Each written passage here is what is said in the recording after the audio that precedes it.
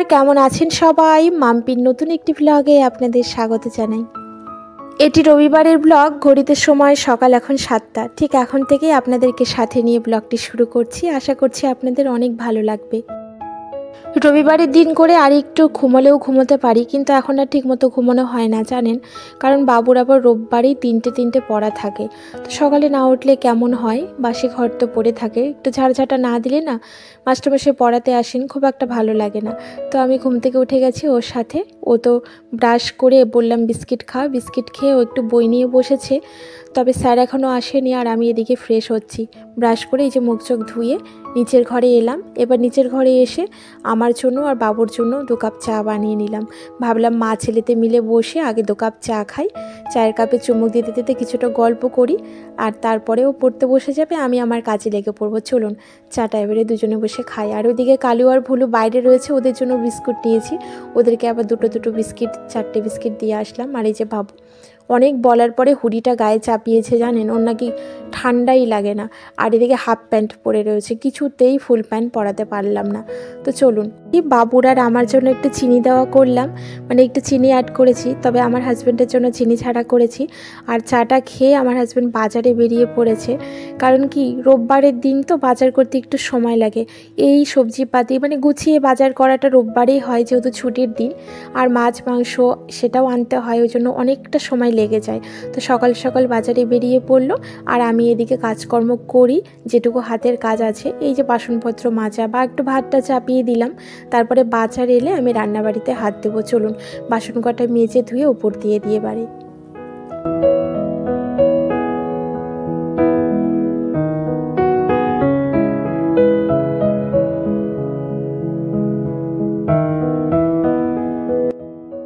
ভাতের জলটা এদিকে খুব গরম হয়ে গেছে, এবার চালটা ছেড়ে দিয়ে চলুন।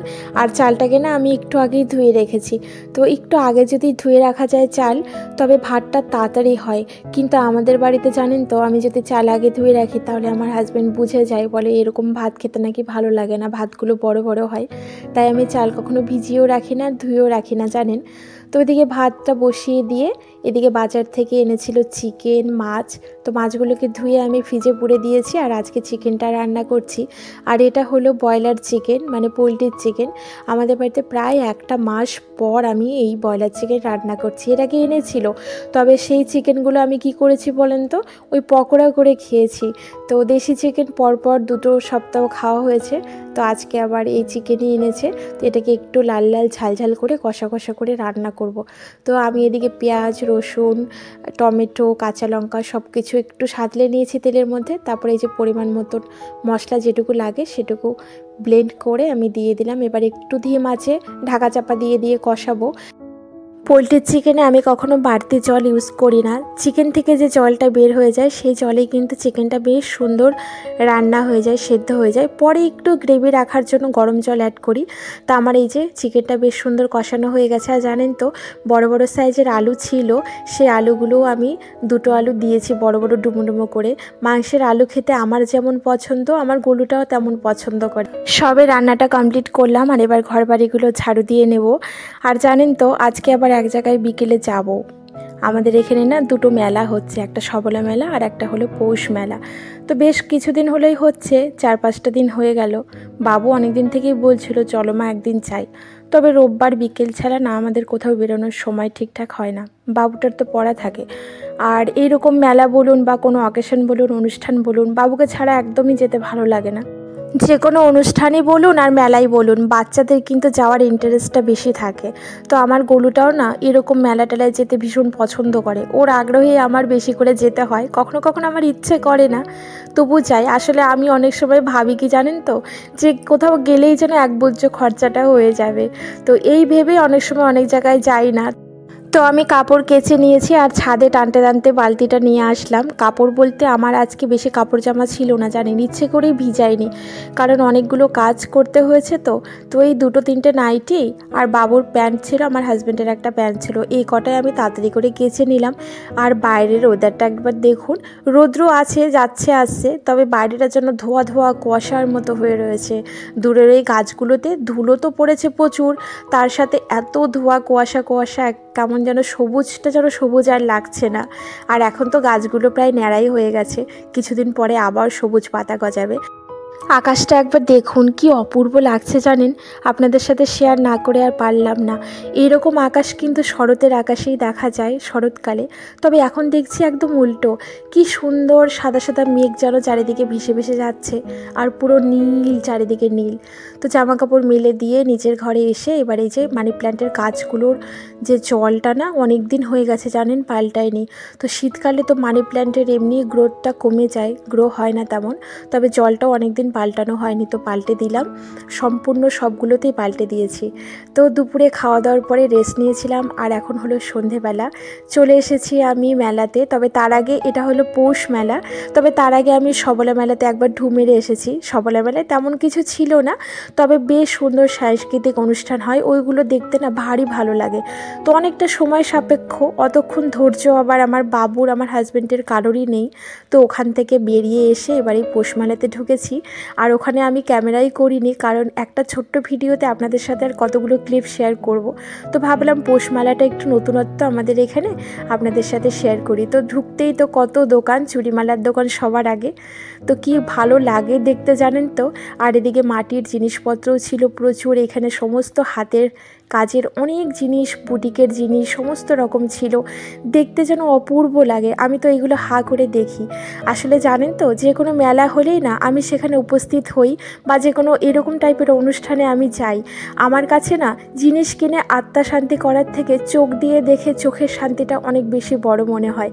আর আপনি যখন চোখ দিয়ে কোনো কিছু দেখে সেটাকে উপলব্ধি করে শান্তি ফিল করবেন ভেতর থেকে, তখন আপনার কোথাও যেতে দ্বিধাবোধ হবে না, এবং এটাও কিন্তু কখনো মনে হবে না যে হয়তো একবুজ্জ খরচা হয়ে গেল, এটাও হবে না। তা আমিও হলো সেরকম একজন পাবলিক। তো এখানে এসে এই যে এই হাতের কাজের, হাতের ঠিক কাজ না, এগুলো এখন মেশিনে বানানো হয়, তো উডেনের বিভিন্ন রকমের জিনিসপত্র ছিল। সার্ভিং ট্রেগুলো আমার ভীষণ পছন্দ হয়েছিল, কিন্তু জানেন তো অনেক দাম, প্রচুর দাম চাইছিল, 600 টাকা 800 টাকা এইভাবে দাম চাইছিল। তো আমার একটা পছন্দ হয়েছিল, হাতে গুনে দেখলামও আবার ধরে টরে, কিন্তু অনেকটা দাম চাইলো বলে আর নিলাম না জানেন।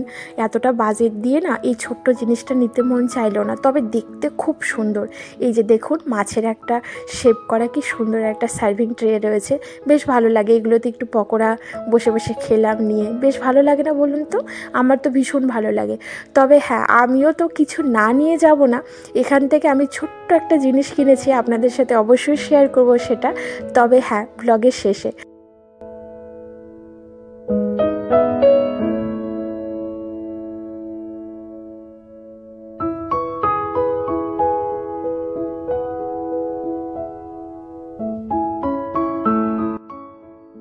আমি যেই জিনিসটি কিনবো সেটি আমি দেখে শুনে সুন্দরভাবে কিনে নিলাম, আর এবারে বিল করে এখান থেকে বেরিয়ে পড়বো। ওইদিকে আরও প্রচুর দোকান দেখা বাকি রয়েছে, খাবারের স্টলগুলো এখন অবধি ভিজিট করিনি। তবে গোলু আমাকে অনেকক্ষণ থেকে তাড়া দিচ্ছে, মা তুমি এখান থেকে বেরো, চলো খাওয়া দাওয়ারগুলো শেষ হয়ে যাবে। বাচ্চারা একটু মেলার জিনিসপত্র খেতে কিন্তু দেখবেন বড্ড পছন্দ করে। তা আমি বলছি দাঁড়া বাবা, একটু ওয়েট করে যাচ্ছি।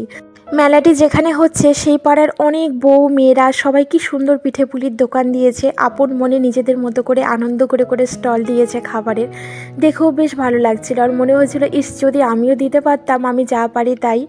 তবে হ্যাঁ, একা তো সম্ভব না। আর এবার চলে এসেছি খাবারের স্টলে, আর এই খাবারের দোকানগুলোও না আমার সবাই প্রায় পরিচিত, তো দেখে তো ভালোই লাগলো। তো এখান থেকে গোলুকে আবার আমি একটু পোলাও আর চিলি চিকেন দিলাম, ও চিলি চিকেনটা খেতে খুব পছন্দ করে। পোলাও চিলি চিকেনের কম্বো এখানে 70 টাকা ছিল। আর এখানে ডিমের ডেভিল, ভেজিটেবল চপ এগুলো নিয়েছিলাম, একটা করে ডিমের ডেভিল খেলাম সবাই, আর আমিও একটা ডিমের ডেভিলই খেয়েছি। ভীষণ টেস্টি ছিল আর খুব ভালোও লাগছিল খেতে, গরম গরম তো, শীতকালে দেখবেন গরম গরম জিনিস খেতে ভীষণ ভালো লাগে। তো বন্ধুরা, এইমাত্র মেলা থেকে আসলাম, খুব বেশিক্ষণ থাকিনি, একটু খাওয়া দাওয়া করলাম। আমি তো অল্প খেলাম, বাট ওরা ওই পিঠে টিঠে খেলো আর কি। আমি ডিমের একটা ডেভিল খেয়েছি, আর মেলা থেকে 2-3টে জিনিস কিনেছি, একটু বনকুল কিনলাম, আর কি কিনেছি দেখাইছিল। তো এই হলো মেলার গিফট, একটা কাঠের উডেনের স্পুন নিয়েছি, ভালো লাগে এই স্পুনগুলো, কখনো কখনো নুন টুন তোলা যায়। আর একটা এই যে চিরুনি, আমার এটা খুব দরকার ছিল। আমার এটা ছিল, বাট ওটা না খুঁজে পাচ্ছি না, কোথায় হারিয়ে গেছে। তারপর একটা নিলাম। তো চলো চিরুনিটা চিরুনির জায়গাতে রয়ে যাক, আর এই চামচটা চলে যাবে রান্নাঘরে। আপাতত এখানে থাক। তবে চলুন আজ এখান থেকে আপনাদের কাছ থেকে বিদায় নেব। আপনারা সবাই ভালো থাকবেন, সুস্থ থাকবেন, সাবধানে থাকবেন। যদি আমার ভিডিওগুলো ভালো লাগে একটি লাইক দেবেন এবং পাশে থাকবেন। টাটা।